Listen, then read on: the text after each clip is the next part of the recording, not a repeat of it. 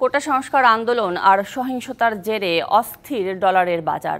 খোলা বাজারে নগদ ডলারের দর 119 টাকা টানানো থাকলেও বেচাকেনা নেই। তবে গোপনে কালো বাজারে 125 টাকায় মিলছে ডলার। এর প্রভাব পড়ছে ব্যাংকেও। এলসি পেমেন্টে বাড়তি টাকা দাবি করার অভিযোগও উঠছে। শঙ্কা তৈরি হচ্ছে আরেক দফা জিনিসপত্রের দাম বেড়ে যাওয়ার।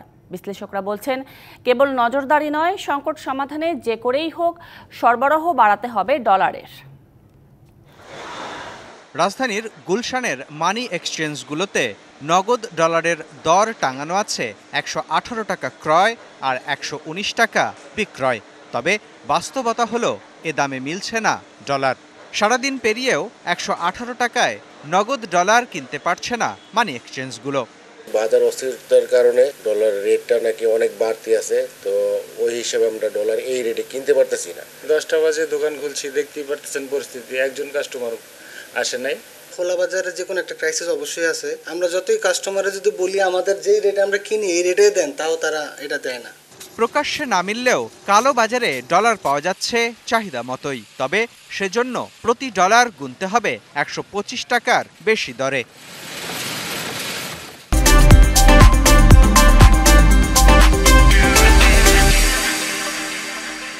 খোলা বাজারে ডলারের অস্থিরতায় বিপাকে আছে উৎপাদনশীল খাত। শঙ্কা তৈরি হচ্ছে আরেক দফা মূল্যস্ফীতির। আলটিমেটলি কিন্তু ডলারের যে রেট হোকই না কেন, ডলারের কিন্তু সেটেলমেন্ট হবে একটা পার্টিকুলার রেটেই। সেটা হয়তো দেখা যাবে বেঁধে দেওয়া রেটের বেশিতে হচ্ছে। ইনফ্লেশনারি প্রেশার তো থাকবেই।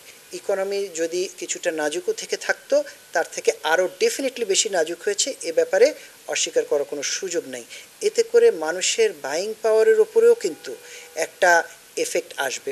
বিশ্লেষকরা বলছেন, সংকট সমাধানে নজরদারি বাড়ানোর পাশাপাশি যে করেই হোক ডলারের সরবরাহ বাড়াতে হবে।